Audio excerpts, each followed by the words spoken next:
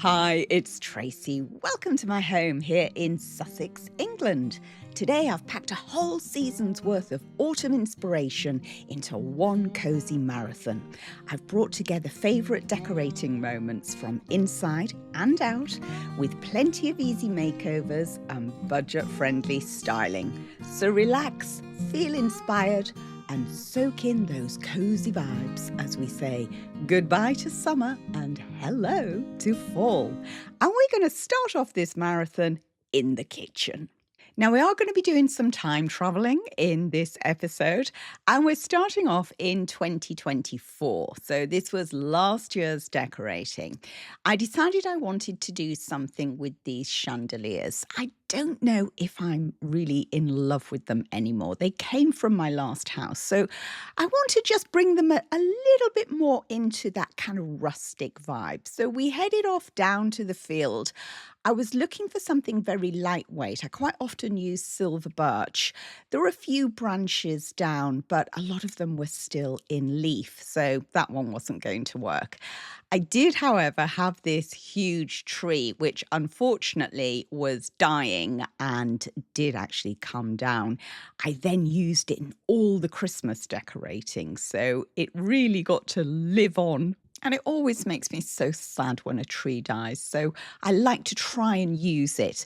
These branches full of lichen, just so interesting. So come on, Bertie, let's start some decorating. I have learnt that when using nature to decorate with, put everything in an old sheet, a piece of tarpaulin, just to keep everything corralled together. It makes clearing up so much easier.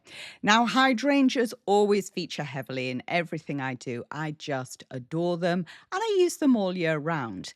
These are Annabelles, which at this time of year, in the August time, going into September, that's when I cut them and dry them. I've got a whole episode on that, which I will link below. I then like to highlight them with lots of different spray paints, lots of different colours to add interest. A viewer messaged recently to ask if I do anything to the hydrangeas before I spray them, or do I then put hairspray on before or afterwards. I only use the hairspray if I'm not using the spray paint, because I find the spray paint is enough to really decrease the amount of shedding that you get.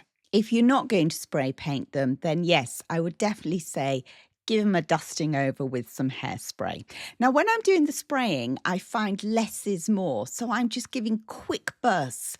And then that way you don't get this solid block colour. You get lots of lovely, interesting tones.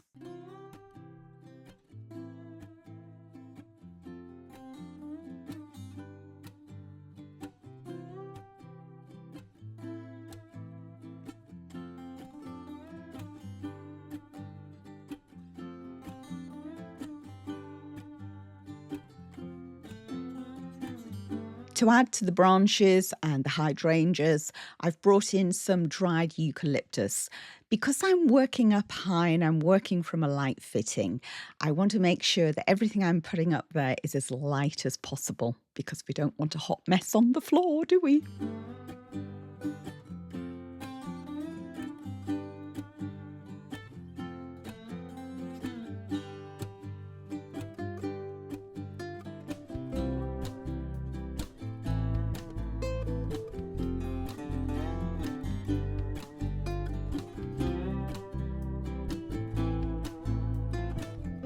I'm not trying to get the two chandeliers absolutely identical. I don't want them to be twins, maybe distant relatives.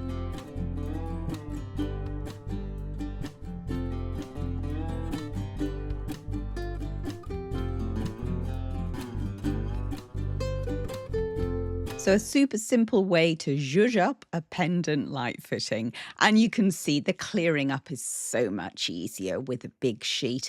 That bundle go into the garage, ready for when I need it again. Now let's move on to some table decorating. And I'm going to start off with a runner made of hessian. I found a big roll of this on a shop and haul video down in Cornwall. Obviously, it's going to be measured. Please tell me I'm not the only one that measures a runner down the table. Now, these placemats have since had a makeover. I painted and waxed one side of each one where it was a bit dodgy and discoloured. Now, you will have seen these in the summer decorating this year, and they are now down by the stream at our little deck area waiting to go into makeover. But last year, they were good enough for the kitchen table. Now let's do something for the middle. Oh, I absolutely love this. Regular viewers will have seen me buy this lamp. I bought it for £20 from my local thrift store, and I did a big makeover on the lamp base. I will link all of these videos if you haven't seen the transformations. But I was left with this lampshade and I thought, that's a great autumnal colour. I wonder if I can do anything with it. It was such a good size, great quality, and I didn't want to waste it. So out came the chicken wire, and this is what I did. I started by flipping it over so the narrower part was on the bottom, wider part at the top. Makes it look more like a vessel then. And then I pushed in quite a lot of chicken wire.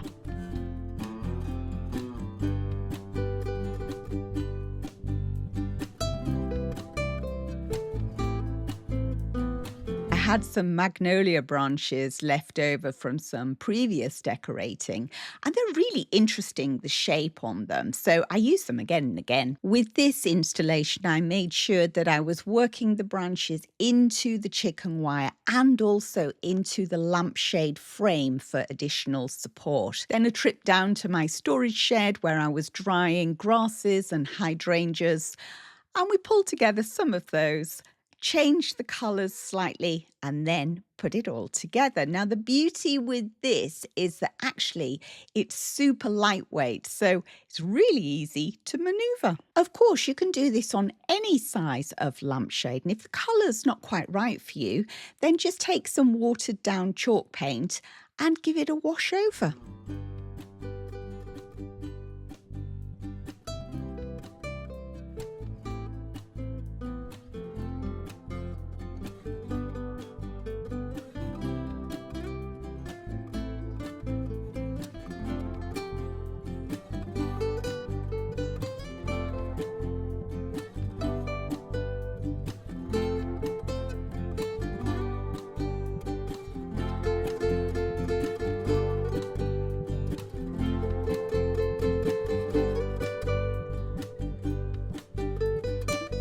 Let's head across the kitchen over to this corner where we're going to do another creative project. At the top of this thrifted mirror, I like to put a wreath, so let's go make one. Now, we're doing everything natural in the kitchen in 2024.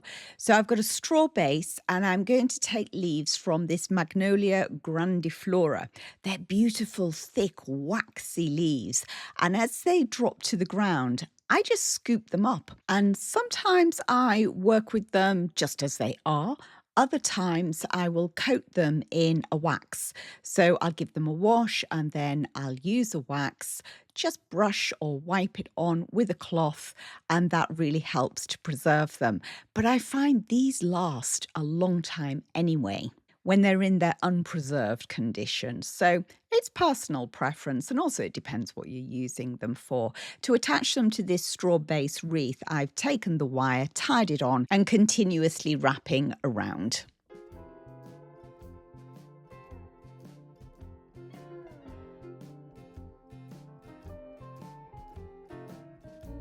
These leaves have got glue on them from a previous project. They have been coated in the clear wax, so you can see how supple they are after a few years. Now, as I was going around and around, I actually ran out of wire.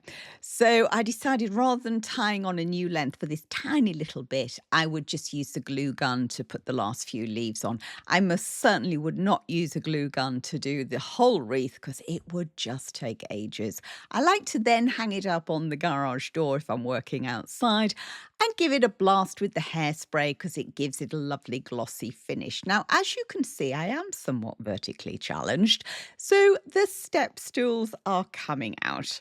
And here is the finished wreath. Let's get it up there and see what it looks like.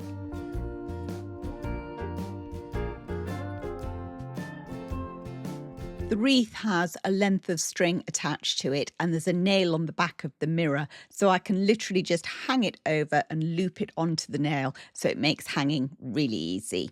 Now, as I've been stood on there with my shoes on, there was a blast of disinfectant and then we can style beneath it.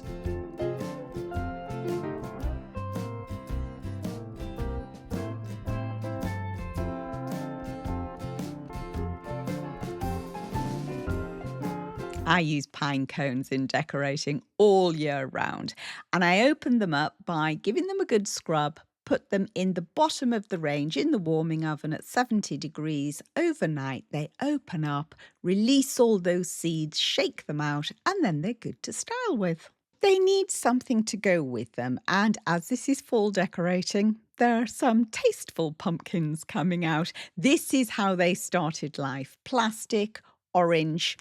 And so I decided actually that's not really my bag. Fine if it's yours, but I covered these in raffia, cut the little stalk off, covered them all up and then glued the stalk back on.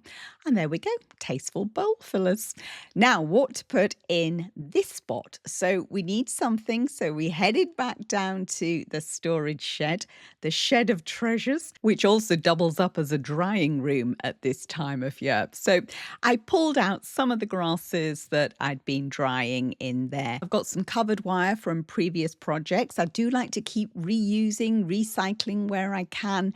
I've also pulled out the same tones of spray paints that I've used on the hydrangeas, just to keep that continuity going.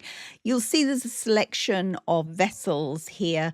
I'm going to do a few arrangements and then you'll see them come out as the decorating continues. Now, the old covered wire that I am reusing, I like to make spirals with them. So I'll just take a tube, or my favourite is an ice cream scoop handle actually, and you just wrap them around, little stem at the end so you can poke them in. I also love using copper spray at this time of year. I also like to add unexpected items. We've got some vintage rulers here. Why not?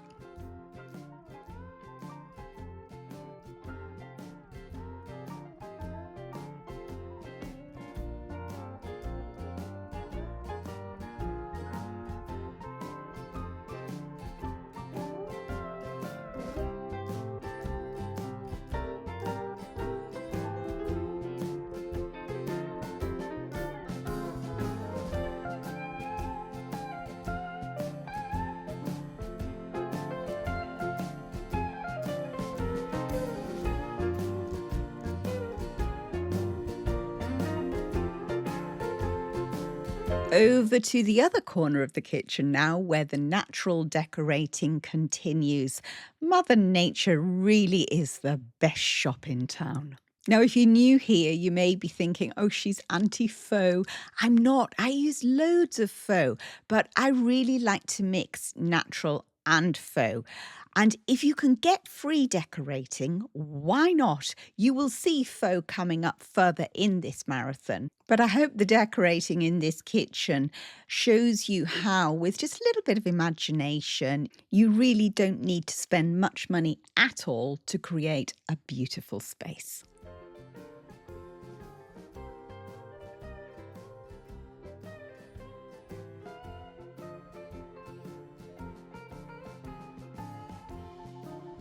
And this little stone pumpkin, more on that later.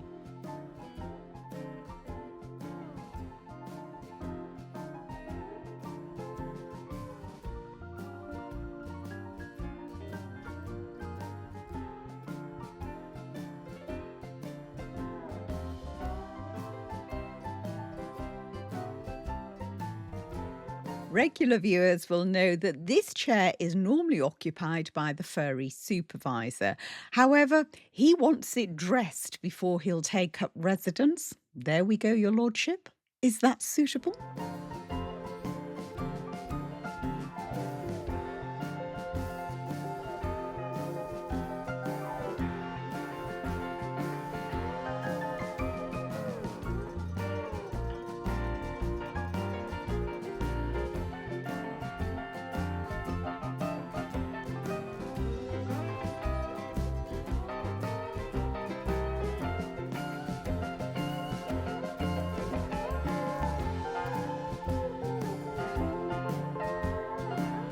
Before we move over to the big white dresser, let's do some sink island decorating.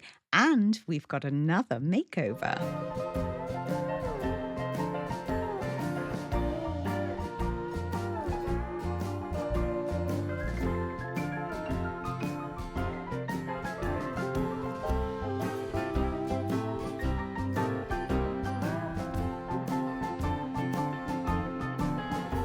And as we're kitchen decorating, there has to be the decorative tea towel. The not to be used tea towel. Yeah, my husband's still not got his head around that. Next makeover time, and it's candles. I picked these up at Home Sense. They're quite pumpkin-esque. They've got little web design lids. I've only used them once. Now, the colourway is not really my thing, so I'm going to change the colour of them. I've got 3 old tubes of rub and buff here, and I'm going to just use a mixture of all 3 colours just to create that more autumnal feel. For the lids, I'm going to knock back that shine with my favourite ever gold spray, this Rust-Oleum. And once it's all dried, I'm going to finish them off with some dark wax.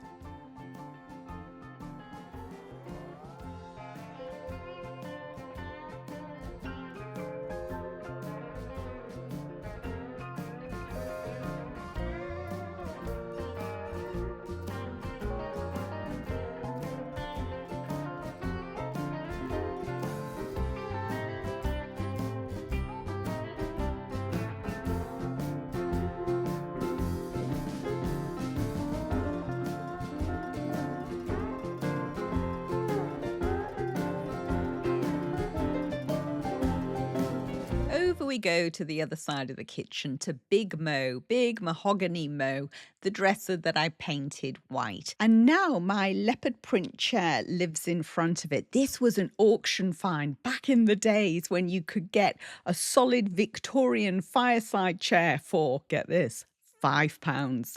I then had it reupholstered and it's lasted so well. This was 25 years ago. It was reupholstered in that leopard print. Now, let's talk about faux pumpkins. This is how my Stone Effect pumpkins started life. I've got a whole tutorial. I've got several tutorials on how I create this faux stone effects. I will link those below, particularly if you're new to the channel and you've not seen me do it before. I'm a great believer in changing items that you already have. So if the colour's not working for you, find a way of changing it to a colour that will work for you. It's all too easy to think, oh, I've got to go out and spend lots of money on the next season's decorating. When actually, if you just shop your home, shop Mother Nature, have a good old rummage around, see what you've already got, what you can use, what you can utilise, you can save yourself a fortune and have great fun being creative.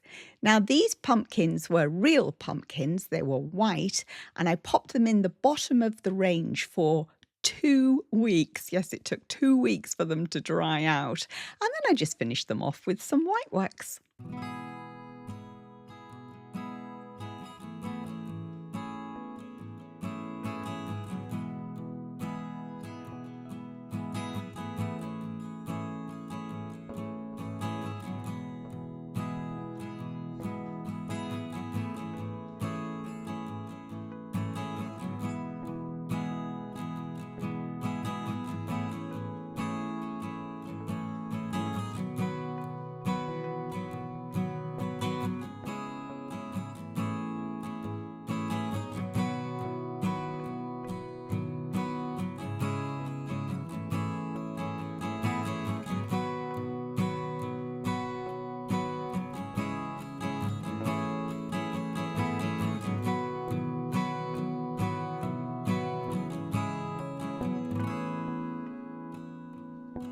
Just a quick mention on the kitchen floor, because I'm often asked about it. It's actually tile. Unfortunately, it's discontinued now, so I can't drop a link below for you.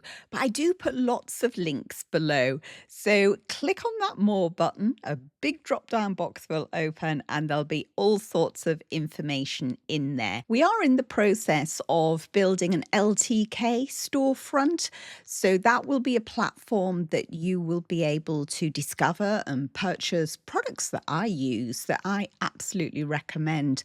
And not just the home decor, all my clothes that I'm asked about, my footwear, my makeup, everything will be detailed on there. Now, here's a £2 charity shop find that's had the faux stone treatment on it. So taking broken pots, not a problem with that faux stone technique. And of course, we've got more hydrangeas in the corner.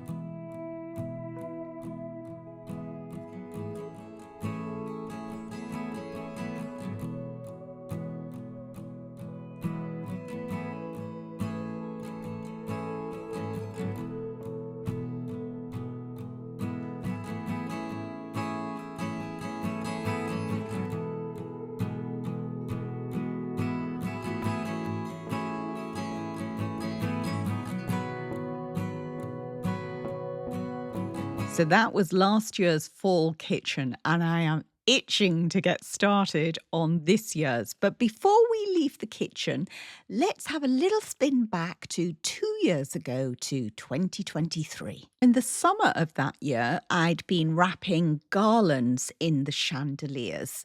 And I actually really quite liked that tumbling effect. But to make it more season appropriate, I brought in a huge branch. It was one I'd been using out on the porch. I'd had it up there for a couple of years, and you know me, waste not, want not. I decided I would cut that up and add it to the chandeliers. I always find it so helpful to look back over past decorating, particularly when I've got a new season change coming and I'm wanting to plan out new decorating, or maybe take an old idea and build on it. Now, if you're not making videos all the time, as I am, look back over your old photographs or your old videos that you make of family gatherings and so on. It's amazing what you can spot. Now here, it's typical of me, nothing goes to waste. They're off to the wood burner to keep us warm. And for a quick clear up, because I'd obviously not learnt my lesson about putting a big sheet down, I got my little Henry out. And what I do like to do with these is add cinnamon at this time of year. Just a little bit in the bag, and you just get these background notes. Wonderful.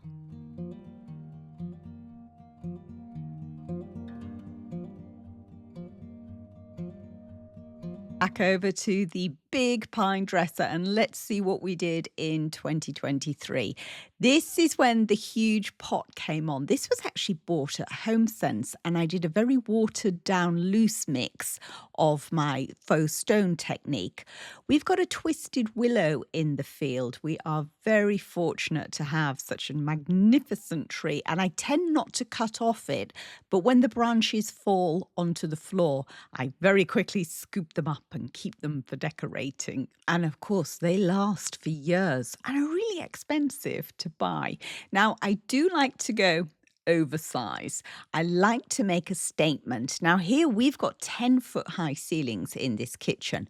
We've got this big dresser and then a big vase, and then the willow will go right up as high as I can possibly get it in. You can do this in any size home. Just take an area and then pull it up to its maximum. Makes a strong statement. I love these copper string lights and I always keep them on tubes. If I haven't got a tube to hand, then I'll use a lid. Stops them getting tangled up. And these are still there today. So this is coming into autumn 2025. So they've been there for 2 years and they live there very happily. The next item I added hasn't changed position since. I did this as a makeover. There is a video how I did this lamp.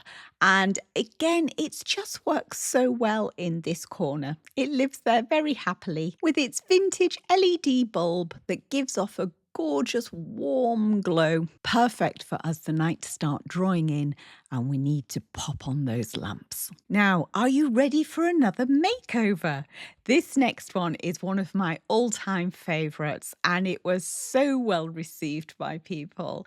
It is, of course, the giant pom-pom flowers or pom-pom seed heads. I found this big bag of wool in a charity shop. There are over 30 balls here for just £10 and I knew I wanted to do something with it. So let's have a throwback to how I actually made them. I have not done this in decades.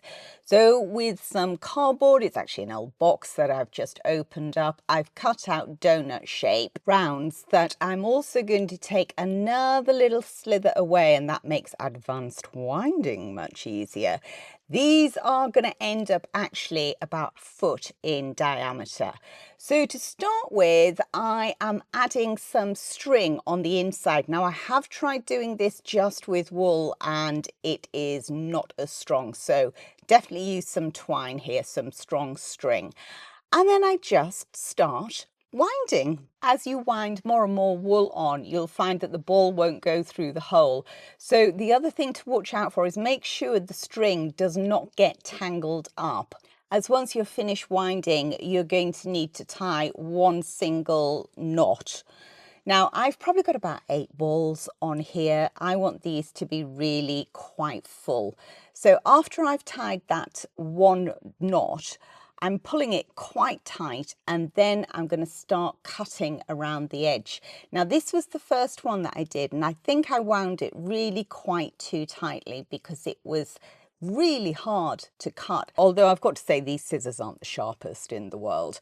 So when it came to the next ones, I wound them slightly looser and that made the job so much easier. So now that you've got it all cut round, you get hold of the 2 pieces of string and just ease off the cardboard template and then you can use that again. Once that's removed, you want to pull it really tight. This is why I say use string and don't just use a bit of wool, because if you're going really super tight on these big ones, then the wool can snap.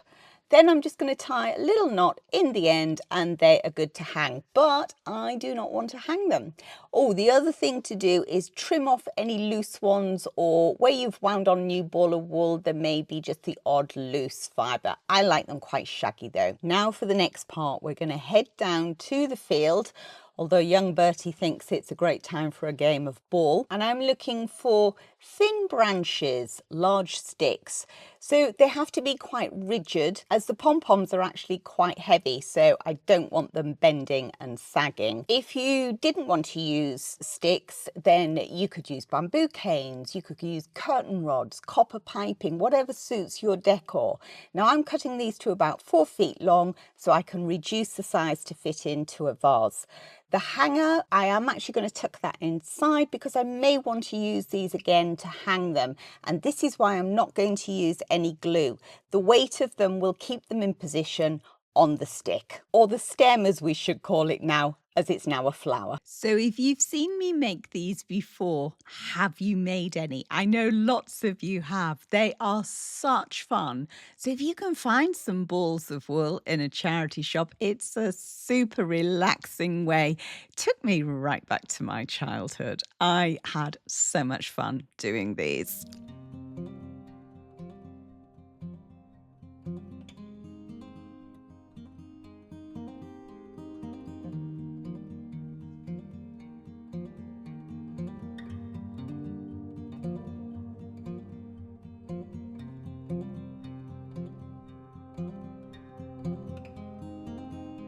They lived happily in the hallway for a time until I decided I wanted to use them in the kitchen. Now, the stems were too long to go into the vase on the big wooden dresser, so of course the loppers came out.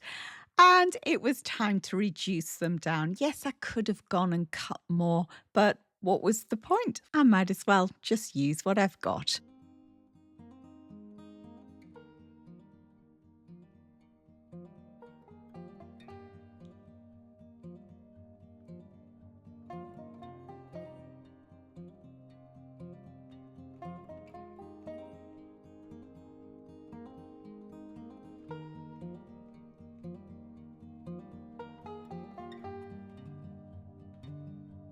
And yes, I am styling in a 4. I only had enough wool to make 4. 3 actually just didn't look right. There was a gap. 4 worked perfectly. So forget the rules. Do what makes you smile.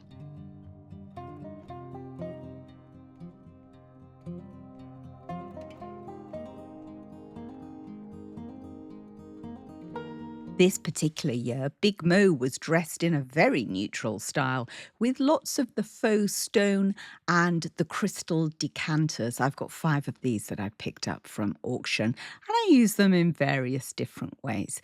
You know, when you're decorating for fall, you don't always have to go for those bright, vibrant colours. You can use a neutral palette as well, although I've got to say, I am feeling the need for more colour in the kitchen this year.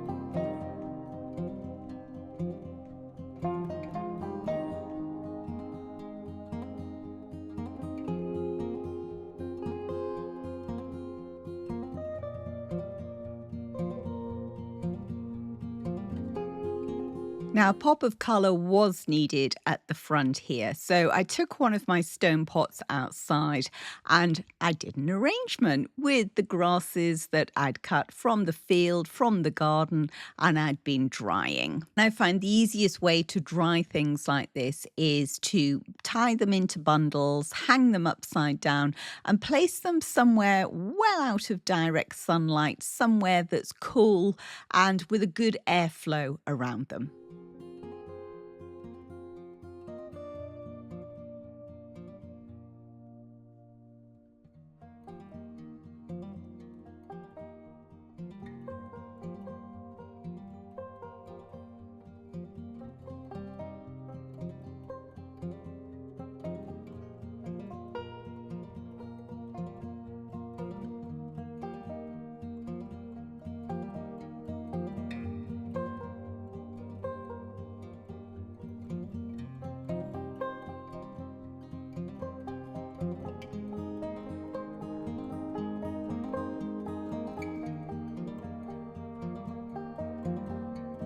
Onto the kitchen table now, and you will note it's a completely different paint effect.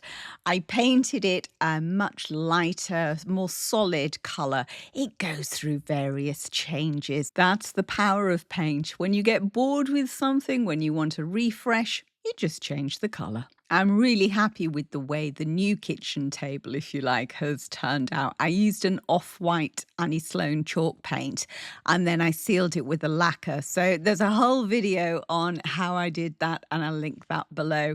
These are a couple of drawers that I just randomly picked up at a charity store and they're just so useful to fill with bits and bobs. I think we'll be seeing those again later in the marathon.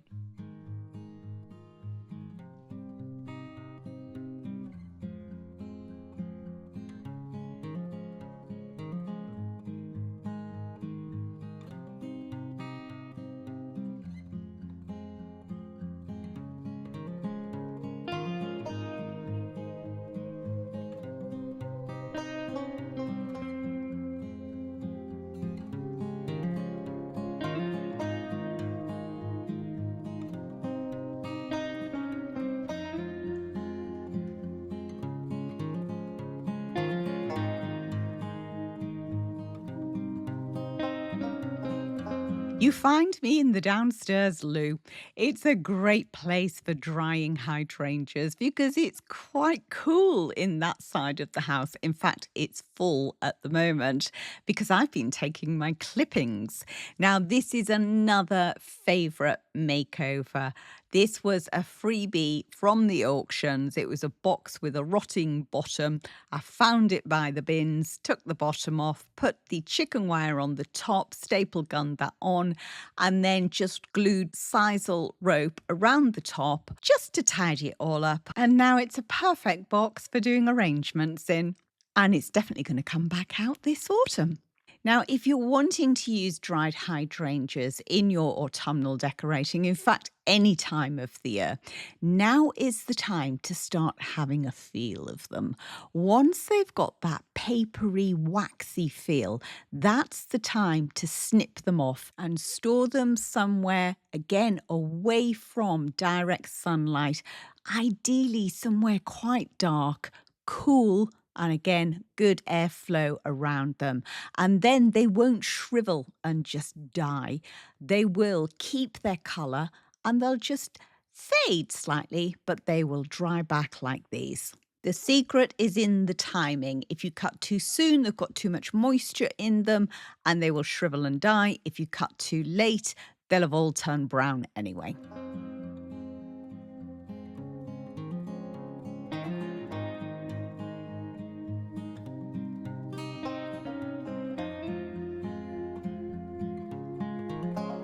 In 2023, I had this wreath already up on the mirror. So rather than taking it down, completely redressing it, I just brought in some of those seasonal touches by adding a few little bits to it. Bringing in seasonal changes doesn't have to be a huge, time-consuming, expensive task. You know, if you're really time poor, there are just a few little tweaks that you can do to your existing decor to really make it feel as though you've made that transition.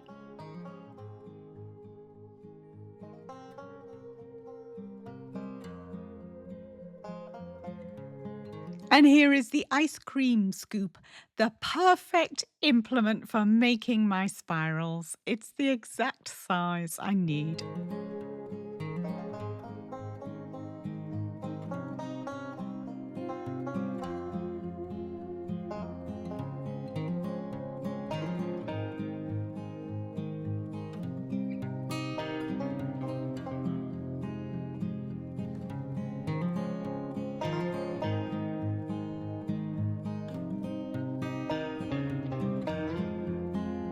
And to finish this corner off, I shopped my home for a few more pieces.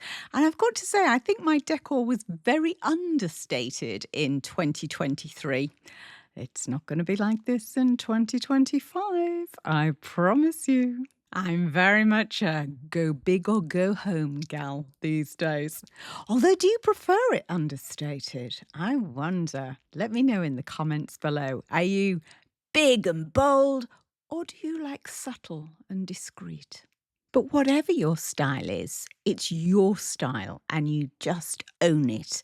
Don't let anybody belittle what you do or try and talk you out of what you love. As I always say, if it makes you smile, then it's right for you. You do you. I don't do trends. I don't do what is expected of me. I actually decorate in a way that just makes me happy, and a lot of that can depend on how I'm feeling. So sometimes I really just want a room to be very simple, very pared back. Other weeks, I may decide, actually, I want some vibrancy in here. I want big pops of colour. And it really depends on how it's making me feel. I think home decor is such a personal choice and it can have such a big impact on your well-being. I know partners will say, oh, are you having a faff? Are you fluffying things up? And it's not about that. It's about really connecting with yourself, walking into a room, doing a double take, looking at things, and you can feel yourself smiling. It's so important. Just Do what makes you smile. Now, we are going to say goodbye to 2023 and we are going to hop forward to 2024 and we're going to go outside and we're going to style my happy place, my veranda. Now, this rug has been such a great buy. It was off Amazon. It's a couple of years old and it has stayed out on the veranda season after season. Really good quality. This time round, I thought I would layer up. So I pulled out a rug that I'd bought a few years earlier from TK Maxx, and it has very autumnal colours in it. I might even use it again this year, because I do like to reuse and repurpose. You may have noticed. Now, I wanted to put a coffee table on top of this, but the coffee table I'd been using through the summer decorating that year was this colour. It was very bright and it wasn't really going to coordinate for autumnal decorating. I just painted the top in a colour wash, and so it's no biggie to change it. I got my sander out and gave it a quick blitz.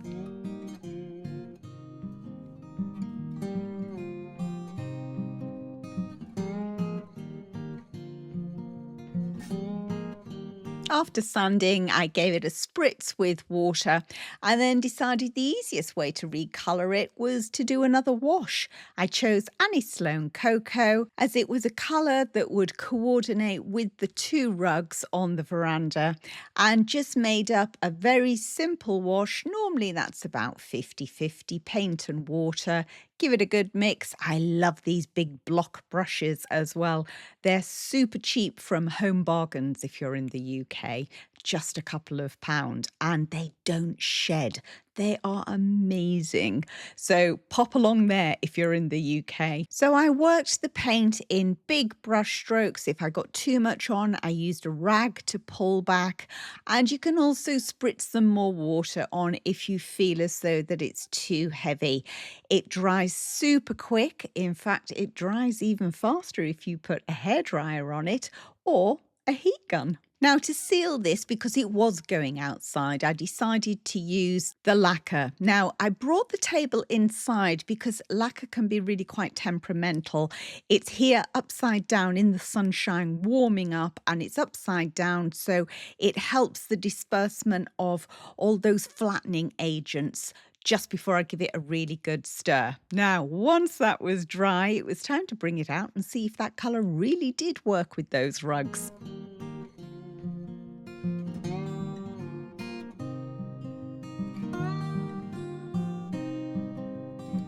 Of course, I had to check in with the furry supervisor just to make sure it was all meeting his standards.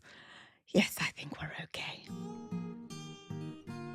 On to the makeshift side tables. These are potato chitting trays that if you've watched me for a while, you will know I use them all over. Now, we have a few faux palms that generally live out on the veranda, and they go into different vessels every time I do a change. And often the vessels themselves get changed. Now, this is how these looked originally. Then out came the rub and buff. And within a few minutes, they were completely transformed. It is amazing, this stuff. Do you use Rub and Buff? I think it's a brilliant product. Now, the old chocolate tin from Christmas was filled with gravel. This was for two reasons. One, it weighted that pot down, and two, it elevated the plant pot, so it just made it sit higher. The pine cones came back out again. Again, I use them in lots of different ways. This time I was using them to really wedge that palm in. Also, visually, it looks nice on the top. Then I went on and did exactly the same on the other side.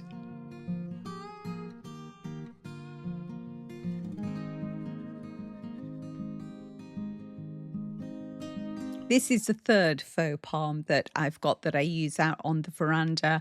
And in 2024, it was going to live in the corner here. I had a viewer ask me, Why do you use palms in fall decorating? It's not very autumnal.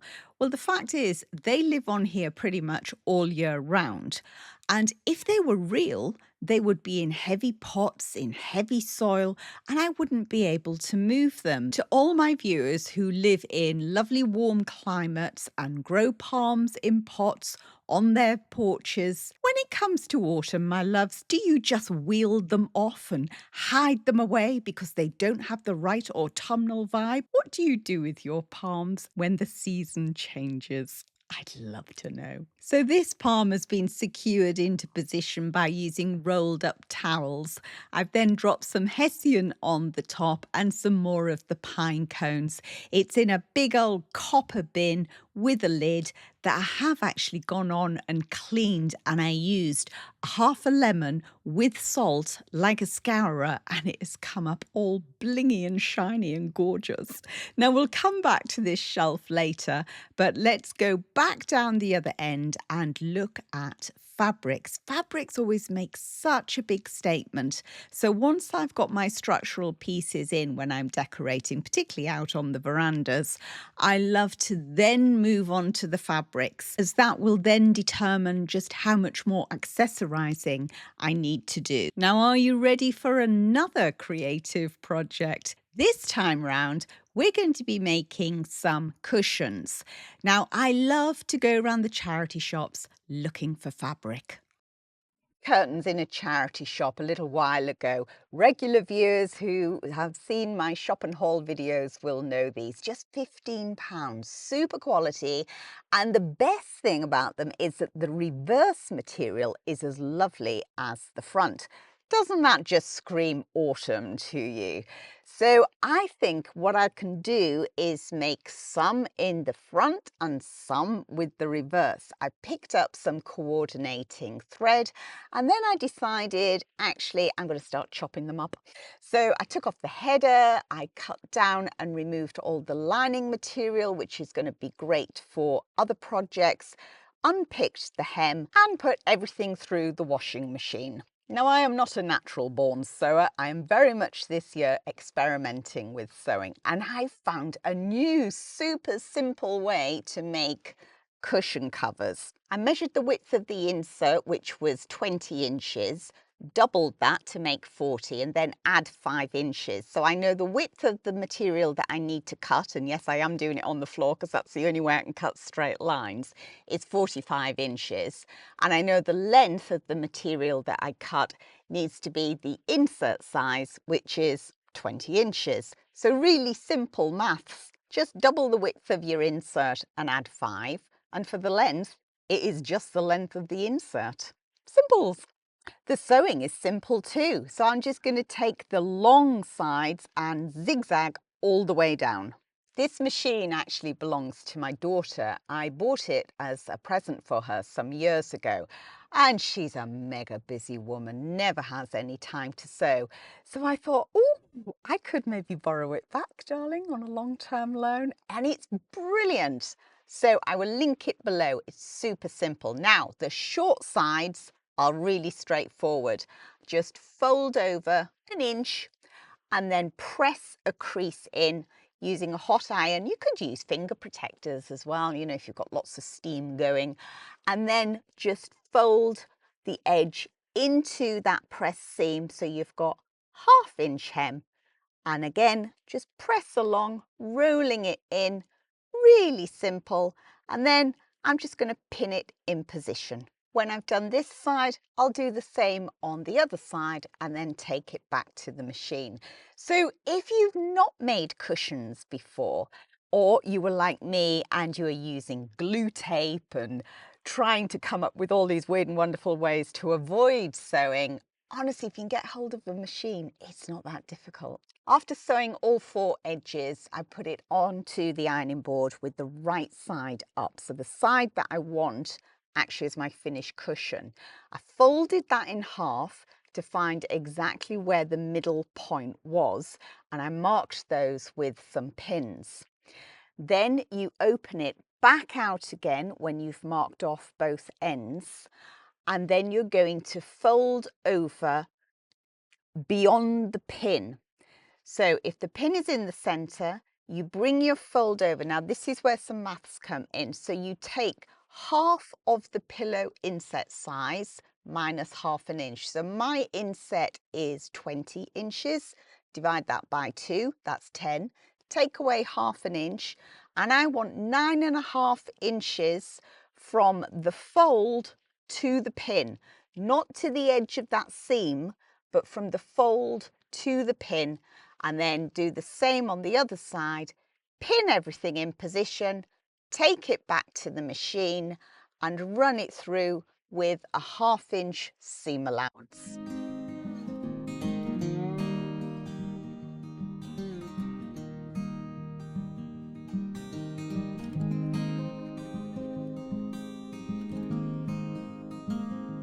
To turn it the right way round, I've found that the easiest way is using a chopstick to really get those lovely sharp corners. And bish bash bosh, there we go. We've got a cushion cover. How fabulous is that? I am so pleased with these. And to put the insert in, chop it in half and then feed in corner at a time, and you'll get it all packed in there. £15. Honestly, those curtains were such a dealio. So pleased with this. I'm going to have to make a lot more.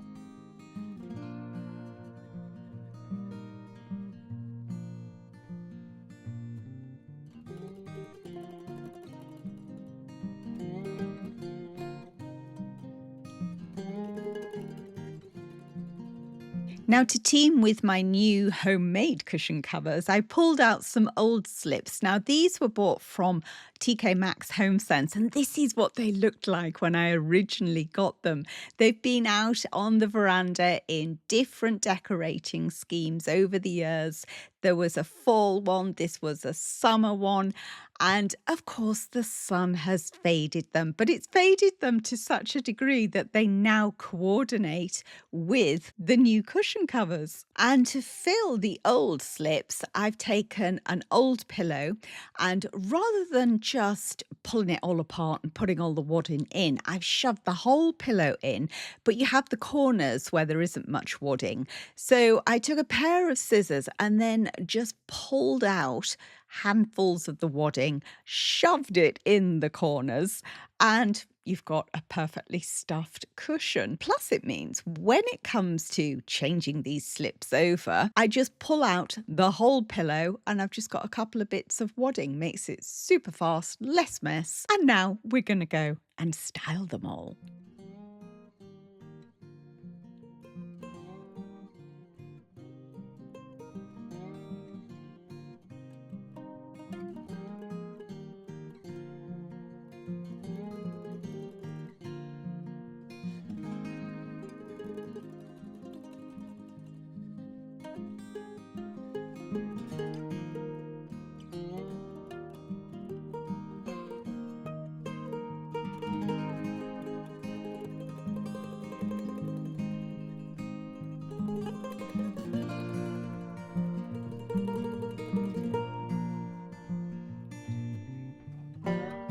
I was super pleased with how all that turned out, but obviously we have to get Bertie's approval.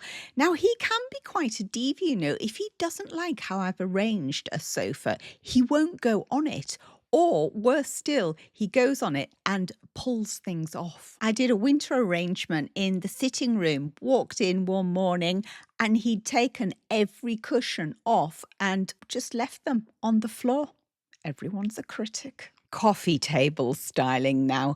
And this season I brought out just items that I already had, things I'd picked up in charity shops, and also things I'd picked up from walks out with Bertie. So I've got pine cones, acorns, and also these gorgeous vibrant chestnuts. Whenever I'm out walking in the countryside, particularly at this time of year, I always have a carrier bag in my pocket, as you never know what you might come across that would be ideal for decorating. These stems were absolutely fantastic. They were just £1.29 each from Home Sense. And out here on the veranda, they gave such a lovely pop of autumnal colour. So they'll be definitely coming out this season.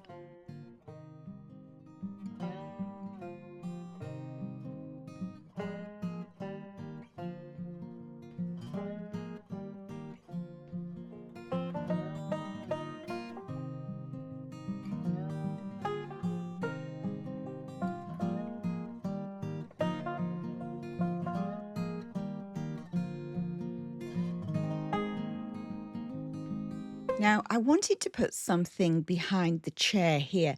It's a funny little space, and I had a couple of ideas. So we headed down to the storage shed where, as you know, all my treasures are kept along with all the clippings from the field. Now is the time of year to be taking all those clippings, bundling them up, putting them into areas to dry.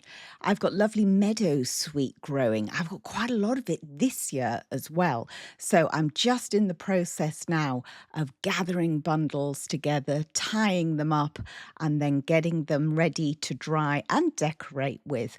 They start off green and then they dry back and they go more of a brown colour. But of course, with the spray paints, you can change the colour. Of course, Bertie contributes a lot as well. Not only does he bring antlers, but he brings an abundant supply of sticks for me to decorate with. I love it when my shed is looking like this, just full to the brim of all this dried gorgeousness. Now I spy the item I had in my mind, and it's this table. I know it looks absolutely nothing. It was in a job lot that I got from auction, and I thought, great, I'll do a makeover on it. And what's been happening is that it just keeps coming out and getting used, and it's never had a makeover yet. To go on top of that, I pulled out some of the hydrangeas, but this time I didn't use the spray paint. I just used hairspray that reduces the shedding, grouped them together, snapped off the ends, tied them up with an elastic band. That really helps keep the shape, the form, so I could just pop them in a basket.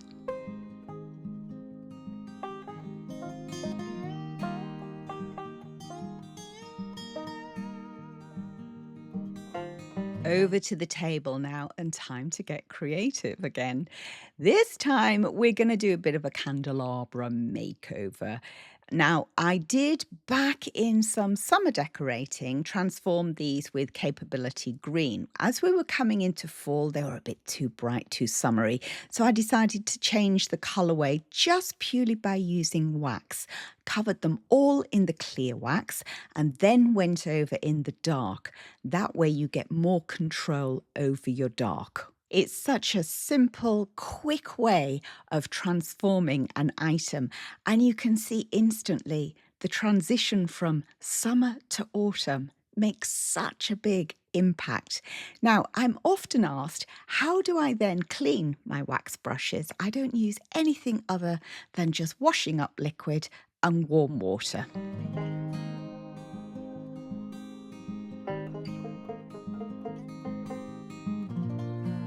To keep my candles straight, I use museum wax. Now, I've had this tub for 2 years now, and it's still going strong.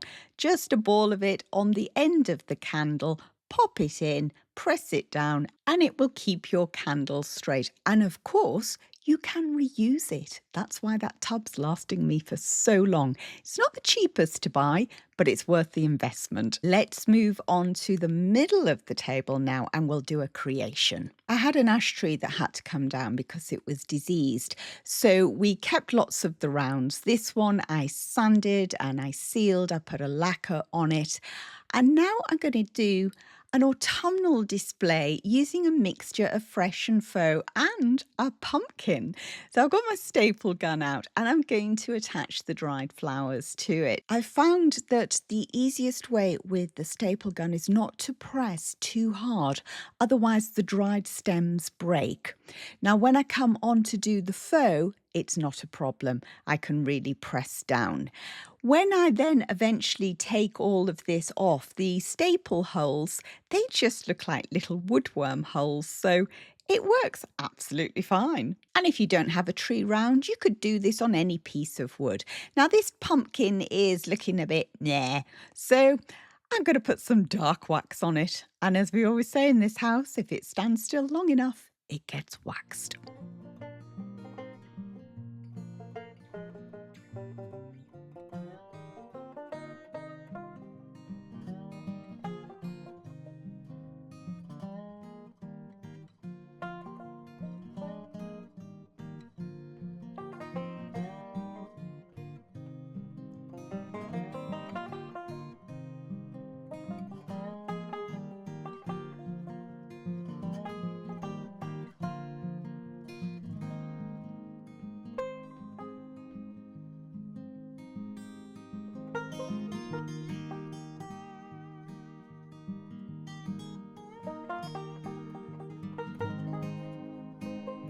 I absolutely loved how that centerpiece turned out. So I'm definitely going to do something similar or a variation of this year.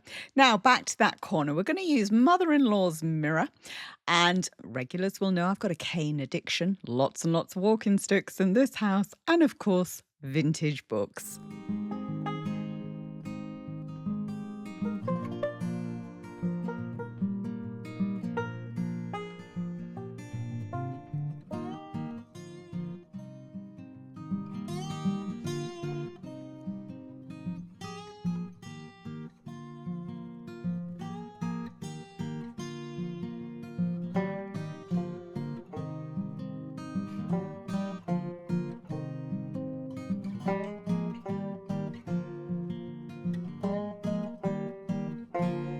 Just because a pot is cracked doesn't mean to say you can't style with it anymore. Just put the crack at the back and crack on. Nobody needs to know, do they? A good set of steps is an essential item in a decorator's tool bag. Gone are the days of me perching precariously on arms of sofas and chairs. Now you will notice here I've only got 2 blooms. Oh gosh, horror. It's not an odd number. I would have bought more if I could have done, but these were the only 2 they had. And we don't get a huge amount of really good faux in this country. So when you see it, you've just got to grab it and see if you can make it work.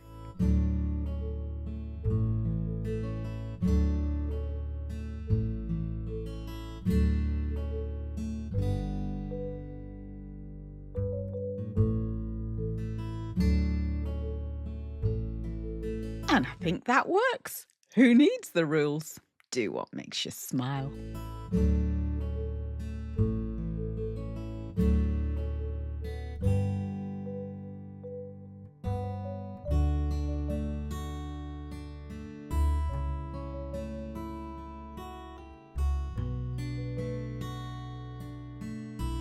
In this next area, I've now got a console table that I did a big makeover on. But let's see what I did last year on these potato chitting trays. Charity shop find here, this laundry bin, beautiful old laundry bin. It was originally marked up at £40, but then they reduced it and I ultimately got it for £20. So it was an absolute steal. It has a little bit of a wobbly bottom, which is never a good look, darlings. So my cunning plan to stabilise it and weight it down is to add gravel into a bin liner and let that spread disperse around the bottom. I'm also going to cut off some lengths of chicken wire and stuff those inside. This is going to help hold the arrangement that I'm going to do in it in place. It's going to make it much easier to get the shape and form that I want. It's actually really quite heavy. Now to it, I'm going to add this faux angelica. I got this, I think it was about this time last year, probably a year last August, and I've used it in several places around the house. The stems were from HomeSense and they were an absolute steal. They were ridiculously priced. I think they were $2.99 each. So top bargain. Of course, the cane addiction continues. These walking sticks are going to go in and just create a little bit of whimsy. To cover up all that chicken wire, which again is not a good look, I'm just going to use a little bit of Hessian. Absolutely loved that look. And I took the lid and added a little bit of wire, attached it to the side like a jaunty little hat. And to cover up that outdoor socket, we need them, but I don't necessarily want to see them. I used an old printer's tray that I got from auction, along with one of my stoneware jugs.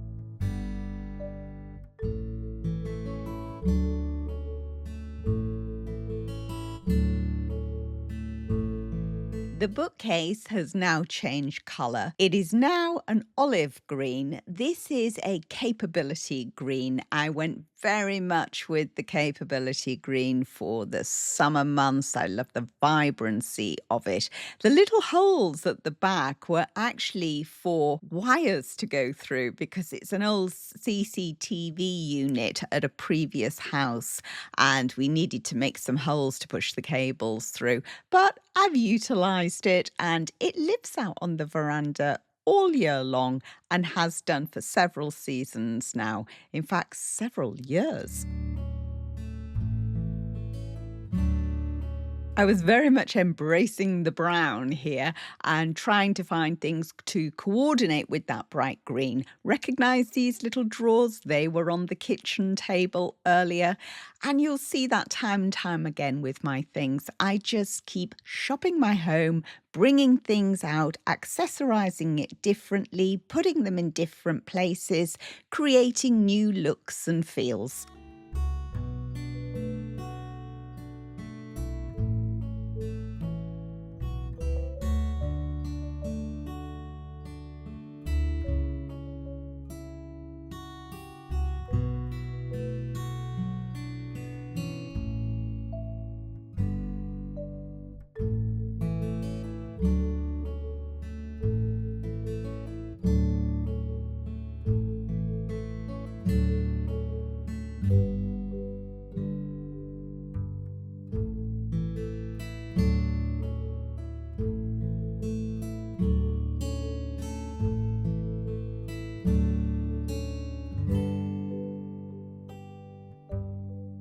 Time to say goodbye to last year's veranda, and we're going to spin back 2 years to 2023 and go to the front porch and do some decorating there. You can see here it's very much the end of the season, still dressed as it was for summer. So we're going to make some changes. And we're going to start off with these little conifers that are desperately outgrowing their pots. They need to be potted on. Now, I like to reuse and repurpose, as you know, and I've got these filing cabinet drawers. They've already got drainage holes in. So in my mind, I'm thinking free planters. They can be so expensive to buy. So I think if you can utilize some containers to create free planters, then why not?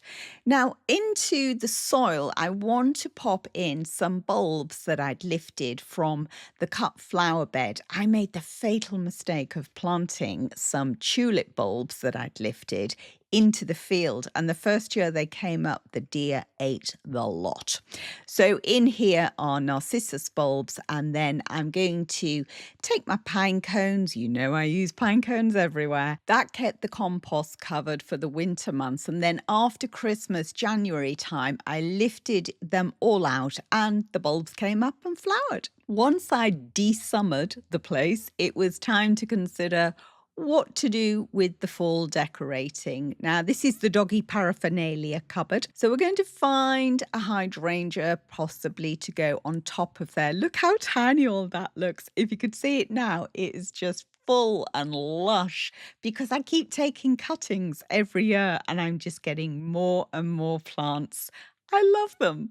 I find them incredibly hard-working plants. I've got them outside, I can bring them inside, I can take clippings, I can take cuttings, I can use them fresh, I can use them dry. So versatile. I'm loving the colours that are in the heads here, but I'm not loving the plastic pot. There are several ways you can get around that problem. You could paint the pot, do a different finish on it. You could pop it into another container, so a pot in a pot. You could use sacking like I do. Now, I find that if the sack is too big and a bit loose, then I'll use a ribbon or twine or, something decorative just to hold it up. But fortunately, this sack was really quite narrow, so it stayed up on this pot. And I absolutely loved the folds that it created.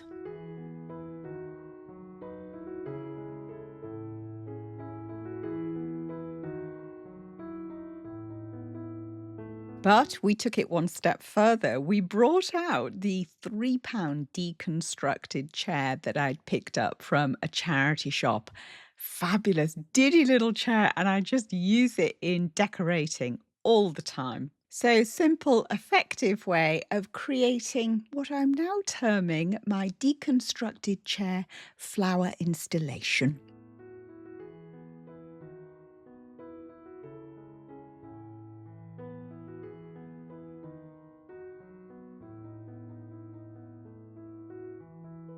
Whenever I'm decorating, there's always at least one trip to the field that just keeps on giving.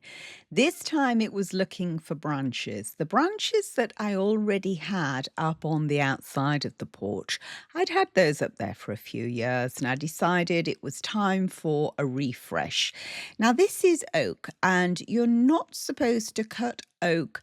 I think it's between April to October.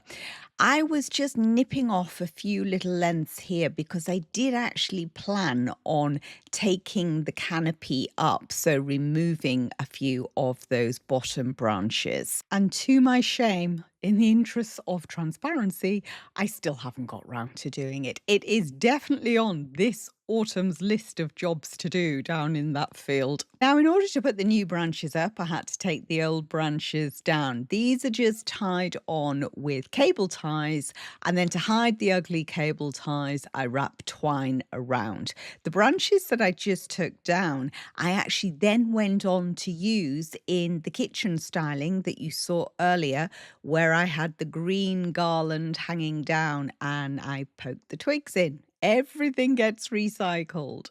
So once the new branches were up, it was just a case of giving them a little haircut in places, because there's a lantern up there and I needed to be able to see the light, let that shine through. I didn't take too much off because I wanted them really quite voluminous. So I pulled some through into the porch. Now, here's a little quick tip for cable ties. If you have got short ones, you can make them longer by taking rough side to rough side and pushing them through, and then just keep connecting ties on until you get it to the length that you need. I did have one comment that said, "Those branches are not in water, the leaves are going to shrivel and die." And I thought, well, it's autumn, love. They kind of do that anyway, even if they're not cut. And that's exactly what happened to them. So most of them fell off. And then the ones that didn't, I pinched them all off, ran fairy lights through, and kept these branches up for the Christmas decoration. So 2 in 1. Let's move to the inside of the porch now, where, yes, there are more potato chitting trays. I bought these as a job lot from an antique store down in Rye, and they have been so versatile, so useful, and I use them in all sorts of different ways. Top buy. The wreath is made from whips that I just cut from the field, and it was originally sort of a greeny colour, and over the years as it's dried, it's gone this gorgeous brown. And the captain's bell, well, that was from HomeSense originally, and it was a silver colour, and I changed it with rub and buff and dark wax, and it's now our doorbell. I popped a jar in the middle of the basket so I can later put water in that and then put fresh clippings. And to keep it in place, I'm using old packing material, some hessian, and then decorating that with, you guessed it, pine cones.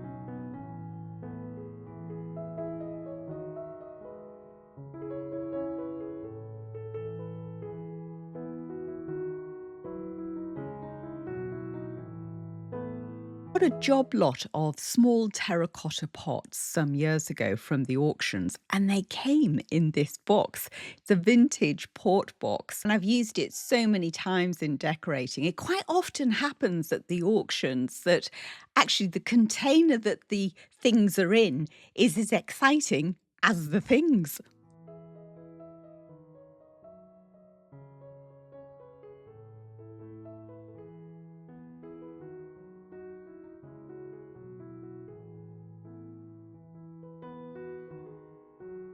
Time for a switcheroo. I think the balance is going to work better the other way. I'm always fiddling about with things, but it makes me happy.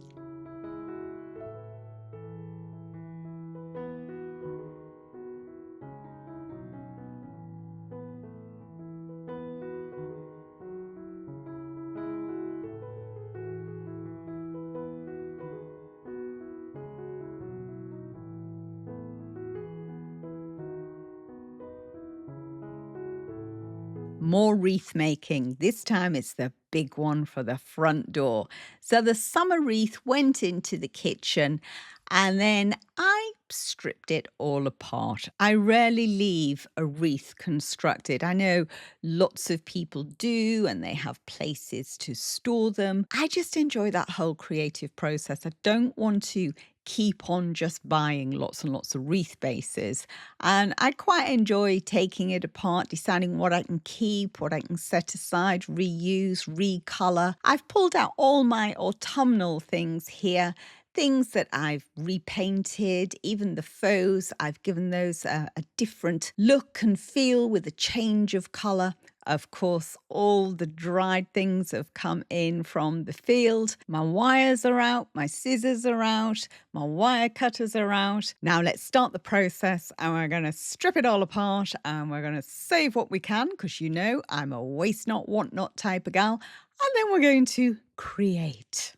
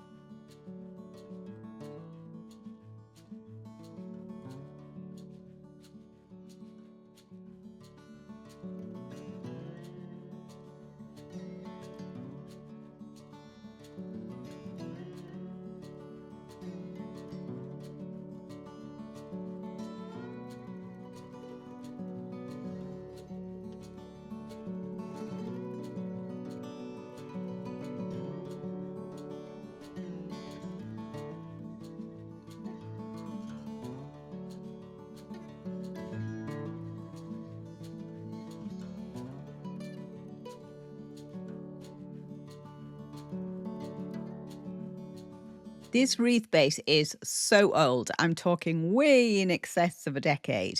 So I often wrap a ribbon around it. This time I decided the old ribbon was looking a really bit dirty and not very nice. So I wrapped on a new ribbon. The only thing was, when I got to the end, I ran out of ribbon.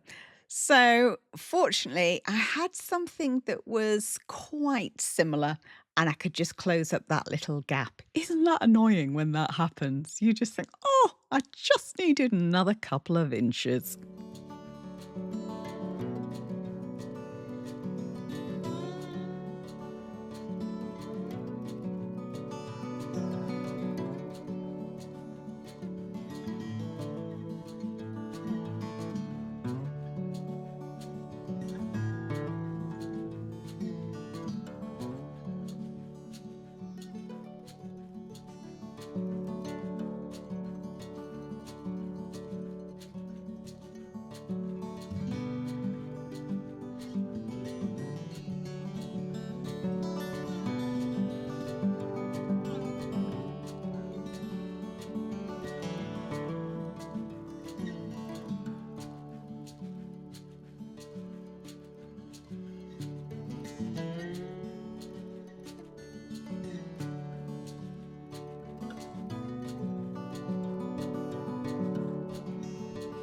Once I've wrapped all the way around and tied off the wire, I like to hang it up and see what else needs to go on. So the glue gun's out and I'm going to glue in some of the leaves here.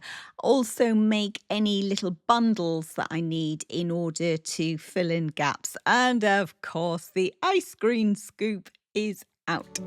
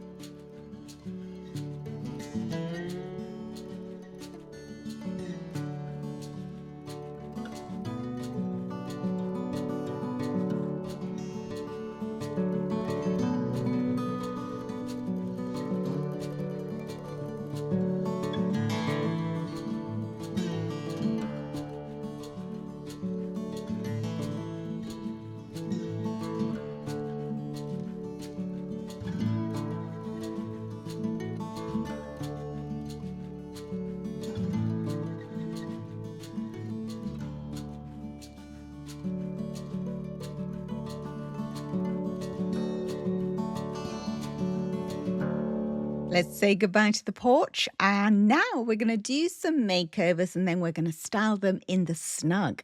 It's 2023 and this is when I made over this garland. In fact, there are two garlands. I bought them from HomeSense, just $9.99. Really good quality. The colour really wasn't rocking it for me, but I knew I could change them. I started off with Annie Sloan on Fleur.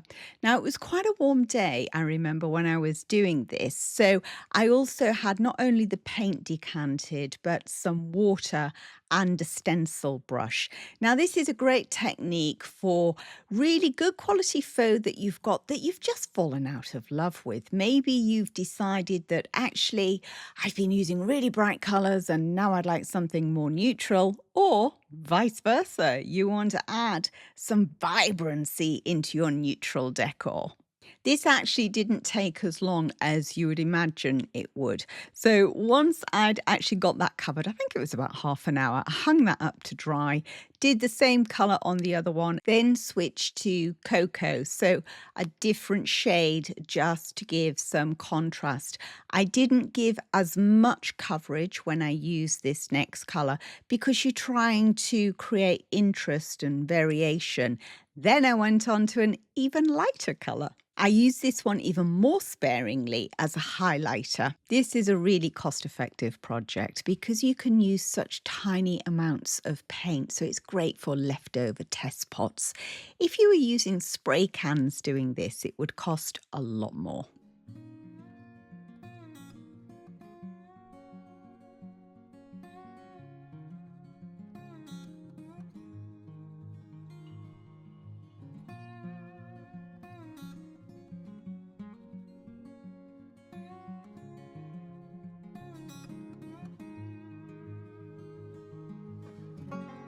I'm adding faux hydrangea heads here. They come with detachable stems, so they're actually quite versatile.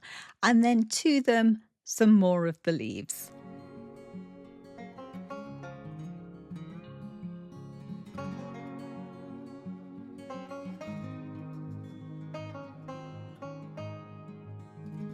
These are the amazing faux candles that I use, battery operated, remote control. They're still going strong 2 years later.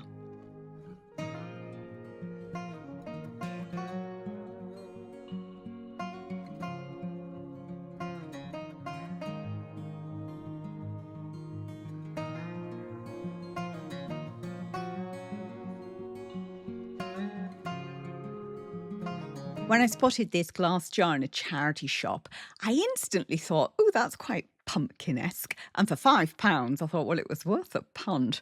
Didn't like it as it was, but I knew I could change the finish, and to change it I used my faux stone technique. Now, I won't go through exactly how I did it all because lots of you have seen me do it, but these are the products that I used, and if you've not seen me do it, I will put a link down below. I absolutely loved using the coffee on it because it smelt so amazing. Do you go around sniffing your vases? Well, I tell you, if you do this, you will do.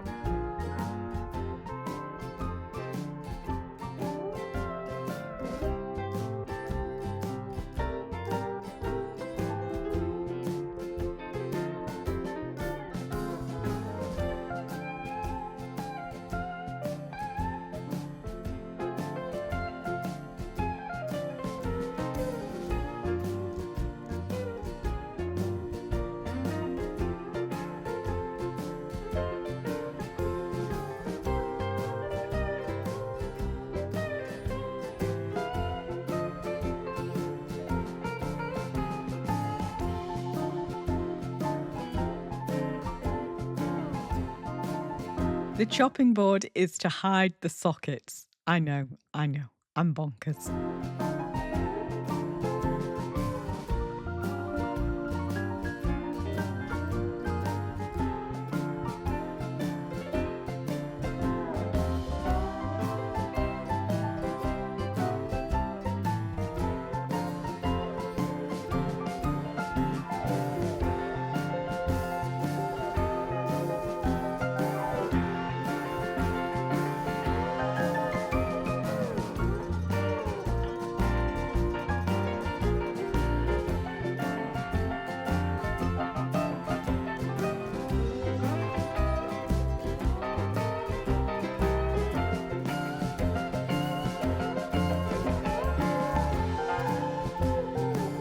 One of the simplest ways of changing a look and feel of a room is just to switch out the fabrics. Even doing simple things like changing the direction of a throw. So if you've previously had it over the arm of a chair, try putting it over the back and bringing it down onto the seat. Another quick way to change things would be check the labels on your cushion slips. If they're made of a natural fabric, be that a cotton, wool, linen, that type of thing, then you could dye them. I've dyed lots of my fabrics because I've been moving away from my grey phase. So pretty much everything you see on this sofa now has completely changed. Now, I'm not anti-grey. I just want to change the proportion that's in my house. So back here in 2023, I would say we were very much around the 70-80% mark, whereas now we're down to, I would say, 10-20% of grey. So grey is much more of an accent colour now. Big items such as the sofas, which would cost so much money to reupholster. Sorry, no, I'm just going to work with that grey. I'm not going to waste money unnecessarily changing the colour whilst they are still fit for purpose. There are so many other cost-effective ways that you can pull out a dominant colour if you don't like it anymore, many of which we've covered today in this marathon.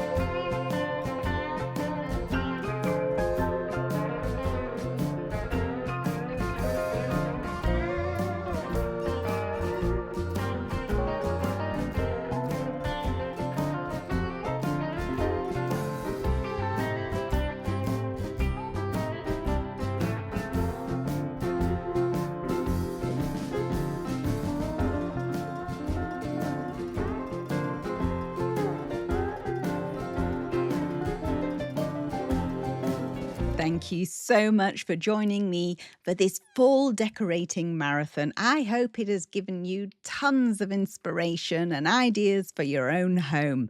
I'm off to dream up some new schemes now, so join me next time when the whole 2025 autumn decorating begins. Until we meet again, take care.